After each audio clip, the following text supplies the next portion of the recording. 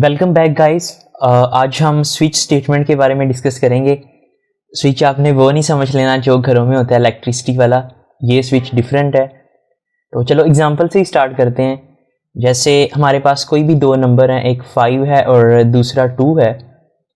अगर हम एक प्रोग्राम बनाएं, जैसे अगर तो यूज़र 1 प्रेस करता है तो ये दोनों को मल्टीप्लाई कर दे, अगर इसी तरह 2 प्रेस करता है तो ऐड कर दे, 3 प्रेस करता है तो डिवाइड कर दे, और इसी तरह अगर यूज़र 4 प्रेस करे तो क्या करना चाहिए वैसे उसको? यस, सब्ट्रैक्शन करनी चाहिए। अगर ये वाला प्रोग्राम हम इफ़ एल्स के थ्रू लिखें तो हमें पता है हम इस तरह से करेंगे कि इफ़ यूज़र ने 1 प्रेस किया है तो मल्टीप्लाई कर दो, फिर हम दोबारा कंडीशन लगाएंगे इफ़ यूज़र ने 2 प्रेस किया है तो ऐड कर दो। इसी तरह डिवीजन और सब्ट्रैक्शन के लिए भी होगा। और हमें पता है एक से ज़्यादा इफ़ स्टेटमेंट हो तो हम एल्स इफ़ का यूज़ करते हैं। हमने इफ़ और एल्स इफ़ ऑलरेडी डिस्कस कर लिया है, उनका लिंक डिस्क्रिप्शन में होगा। अगर यही काम हम इफ़ एल्स के थ्रू करें तो कोड हमारा थोड़ा लेंथी जाता है, बट अगर यही काम हम स्विच स्टेटमेंट के थ्रू करें तो कोड हमारा शॉर्ट होगा। और जो स्विच स्टेटमेंट है वो थोड़ा सा एडवांस है इफ़ एल्स से, तो ये काम चलो स्विच के थ्रू ही करते हैं। जैसे 5 और 2 स्टोर करने के लिए हम दो वेरिएबल बना लेते हैं। x में मैं 5 स्टोर करता हूँ और y में 2। उसके बाद मुझे ये मेन्यू चाहिए ना, तो उस मेन्यू से पहले एक मैं जैसे स्टेटमेंट प्रिंट कर देता हूँ कि यू हैव 5 एंड 2 प्रेस, जैसे 1 फॉर मल्टीप्लिकेशन और 2 फॉर एडिशन। इसी तरह यूज़र 3 प्रेस करेगा डिवाइड के लिए,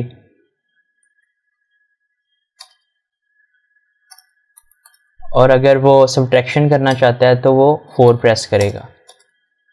जैसे यूज़र कोई नंबर प्रेस करेगा 1 2 3 या 4, तो हम किसी वेरिएबल में उसको स्टोर कर लेते हैं। जैसे चॉइस एक वेरिएबल बनाते हैं ऊपर और उसमें वो स्टोर हो जाएगा। स्विच स्टेटमेंट लिखने के लिए हम स्विच कीवर्ड लिखते हैं और इन पैरेंथेसिस में जिस वेरिएबल को हम चेक करना चाह रहे हैं ना, उस वेरिएबल का नाम आता है। जैसे हम चॉइस को चेक करना चाह रहे हैं ना कि यूज़र ने 1 प्रेस किया है, 2 3 या फिर 4, और उसके बाद ब्रेसिस आती हैं, करली ब्रेसिस, और फिर हम लिखते हैं केस। अगर तो 1 है, मतलब यूज़र ने अगर 1 प्रेस किया है, उसके बाद कोलन आता है। उसके बाद हम स्टेटमेंट लिखते हैं जैसे आफ्टर मल्टीप्लिकेशन। उसके बाद इधर एक्सप्रेशन लिखेंगे। जैसे हम मल्टीप्लाई अगर x और y को कर दें तो ये वाला एक्सप्रेशन क्या करेगा, 5 को मल्टीप्लाई करेगा 2 के साथ और जो भी रिजल्ट होगा वो प्रिंट कर देगा, और उससे पहले ये वाला टेक्स्ट प्रिंट हो जाएगा। इधर एक और मैं कोलन डाल देता हूँ और नीचे आके हम ब्रेक लगा देंगे। ब्रेक हम यूज़ करते हैं प्रोग्राम को एंड करने के लिए, ब्रेक करने के लिए। जैसे अगर चॉइस में 1 स्टोर है, कंपाइलर इधर आएगा, ये वाली स्टेटमेंट चलाएगा और प्रोग्राम को ब्रेक कर देगा। उसको फर्दर आगे चेक करने की ज़रूरत ही नहीं है, हमें अपना रिज़ल्ट मिल जाएगा। आगे हम देखेंगे थोड़ा सा आगे जाके कि अगर ब्रेक ना लगाएं तो क्या होता है। अगर तो चॉइस 1 नहीं है तो हम कहेंगे कि अगर चॉइस 2 है तो फिर क्या करो, फिर सी आउट कर दो कि आफ्टर एडिशन। एडिशन करने के बाद आपका रिजल्ट क्या आ रहा है, x प्लस वाई। वो x और y को प्लस कर देगा और रिजल्ट इधर प्रिंट कर देगा। और इसी तरह इधर भी ब्रेक स्टेटमेंट आएगी। और फिर हम केस 3 लिखेंगे कि अगर तो चॉइस 3 के इक्वल है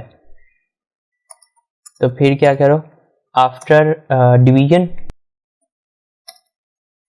x डिवाइड बाई y और ब्रेक।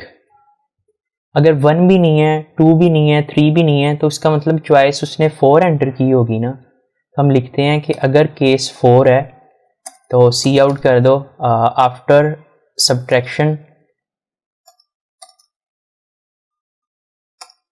x माइनस वाई और एंडल, और फिर ब्रेक कर दो। अभी जैसे यूज़र ने बाई मिस्टेक कोई और ही नंबर प्रेस कर दिया 1 2 3 और 4 के अलावा, तो उसके लिए हम डिफ़ॉल्ट का यूज़ करते हैं कि कोई मैसेज डिस्प्ले कर देगा कि अगर इन चारों में से कोई भी ऑप्शन ट्रू नहीं है तो डिफ़ॉल्ट वाली स्टेटमेंट चला दो। जैसे हम कहते हैं enter the choice between 1 and 4, और इसके बाद हम ब्रेक नहीं लगाते। वैसे आप लगाना चाहो लगा भी लो, बट मोस्टली हम नहीं लगाते। वो देख लेते हैं क्यों नहीं लगाते। अभी एक दफ़ा हम प्रोग्राम को रन करते हैं और जैसे मैं 2 एंटर करता हूँ, कंपाइलर हमारा इधर आएगा, वो चेक करेगा क्या केस 1 है, क्या मतलब चॉइस में 1 स्टोर है। चॉइस में 1 स्टोर नहीं था, वो ये वाला स्किप करेगा। फिर वो इधर आएगा, वो चेक करेगा कि चॉइस में 2 स्टोर है, तो चॉइस में यस 2 स्टोर है, वो इधर आएगा और ये वाली स्टेटमेंट प्रिंट कर देगा और फिर ब्रेक कर देगा प्रोग्राम को, आगे फर्दर चेक नहीं करेगा। इसी तरह अगर मैं 4 प्रेस करता हूँ और एंटर करता हूँ, तो वो फर्स्ट वाला केस चेक करेगा, फर्स्ट वाला केस भी नहीं है। वो सेकंड केस चेक करेगा कि चॉइस में 2 है, 2 भी नहीं है। फिर वो चेक करेगा कि चॉइस में 3 स्टोर है, तो 3 भी नहीं है। फिर वो इधर आएगा और चेक करेगा कि चॉइस में 4 है, तो यस चॉइस में 4 है। तो ये वाला टेक्स्ट प्रिंट करेगा और एक्स और वाई को माइनस कर देगा और रिजल्ट प्रिंट हो जाएगा हमारा। ये देखो 3 प्रिंट हो गया। एक दफ़ा दोबारा रन करते हैं और जैसे मैं कोई और ही चॉइस एंटर कर देता हूँ, जैसे 6 एंटर करता हूँ, तो ये डिफ़ॉल्ट वाला टेक्स्ट प्रिंट हो रहा है। अभी जैसे ये ब्रेक हम रेज कर देते हैं इधर से और फिर चलाएंगे प्रोग्राम को। अभी चलाते हैं एक दफ़ा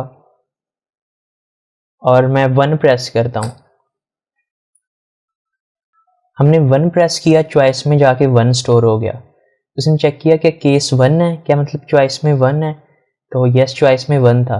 वो इधर आया, उसने ये वाला टेक्स्ट प्रिंट किया और उसके बाद एक्स और वाई को मल्टीप्लाई कर दिया। मल्टीप्लाई करने के बाद इधर हमने ब्रेक स्टेटमेंट नहीं लगाई। ब्रेक नहीं लगाई तो वो ये वाला भी प्रिंट कर देगा, ये वाला भी प्रिंट कर देगा, ये भी, और इवन दो डिफ़ॉल्ट वाला भी प्रिंट कर देगा। ये देखो सारे के सारे प्रिंट कर देगा। तो अगर हम ब्रेक ना लगाएं तो वो सारे के सारे केसेस को चला देता है, रन कर देता है। इसलिए हम ब्रेक का यूज़ करते हैं। ब्रेक का यूज़ हम जस्ट स्विच स्टेटमेंट में नहीं करते, वैसे भी हम अपने प्रोग्राम में यूज़ करते हैं अगर हमने प्रोग्राम को एंड करना हो। ये जो हमने ब्रेक नहीं लगाई और हमारे कंपाइलर ने सारी की सारी स्टेटमेंट को रन कर दिया है, इस कॉन्सेप्ट को फॉल थ्रू कहते हैं। हम कहते हैं कि हमारा जो प्रोग्राम है वो फॉल थ्रू कर गया है। अच्छा, एक और बात याद रखना, ये जो हमने 1, 2, 3 और 4 लिखा हुआ है, इधर आप कोई एक्सप्रेशन नहीं लिख सकते। जैसे हम ये नहीं कह सकते कि अगर तो चॉइस जो है वो ग्रेटर देन है 10 से, तो ये वाला स्टेटमेंट चला दो, और इसी तरह अगर चॉइस ग्रेटर देन है 20 से, तो ये वाली स्टेटमेंट चला दो। इधर हम इंटीजर लिटरली लिख सकते हैं या फिर करैक्टर भी लिख सकते हैं। एक और एग्जांपल देख लेते हैं, आपको समझ आ जाएगी। अभी हम प्रोग्राम बनाने लगे हैं। जैसे अगर कोई यूज़र कोई की प्रेस करता है, जैसे ए, बी या फिर सी, तो हम स्पेसिफिक कोई मैसेज प्रिंट कर देंगे। इसको स्विच स्टेटमेंट के थ्रू करते हैं। एक मैं करैक्टर टाइप का वेरिएबल बना लेता हूँ की के नाम से। करैक्टर में जस्ट एक सिंगल करैक्टर ही आ सकता है, कोई ए, बी, सी, 1, 2, 3, इस तरह जस्ट एक ही। और सी आउट करते हैं हम कि एंटर ए, बी और सी,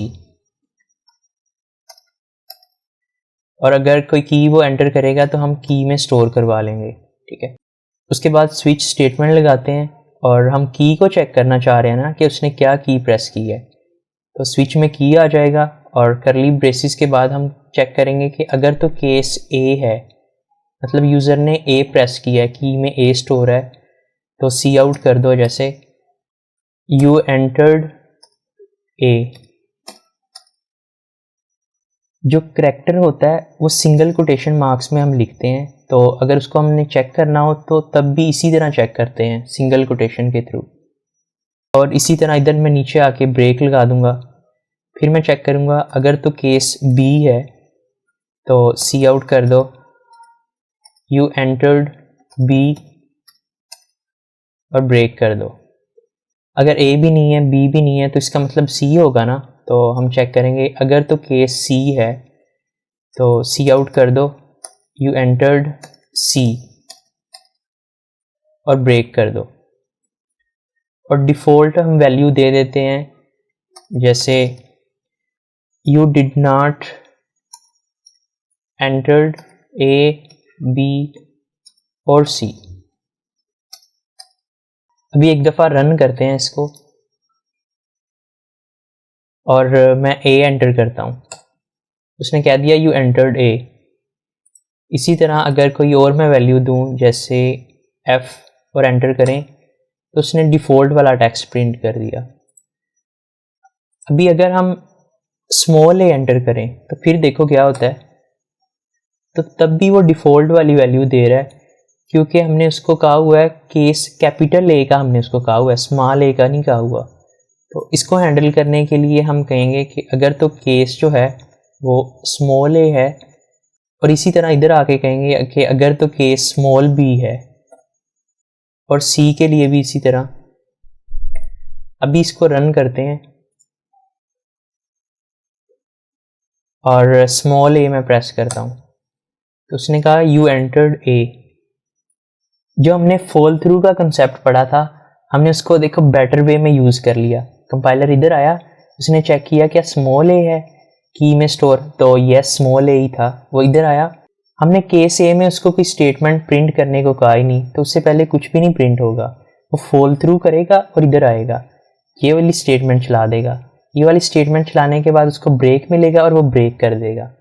ये हमने फॉल थ्रू को बेटर वे में यूज़ कर लिया। हम डिफ़ॉल्ट के बाद ब्रेक नहीं लगाते क्योंकि इसके बाद कोई स्टेटमेंट ही नहीं होती, तो वो बेचारा इसके बाद चलाएगा क्या। तो बस यही थी स्विच स्टेटमेंट। स्विच स्टेटमेंट को हम मेन्यूज़ वगैरह के लिए यूज़ करते हैं जिधर यूज़र ने कोई चॉइस एंटर करनी हो। तो बस आज के लिए इतना ही, मिलते हैं फिर नेक्स्ट क्लास में इंशाल्लाह।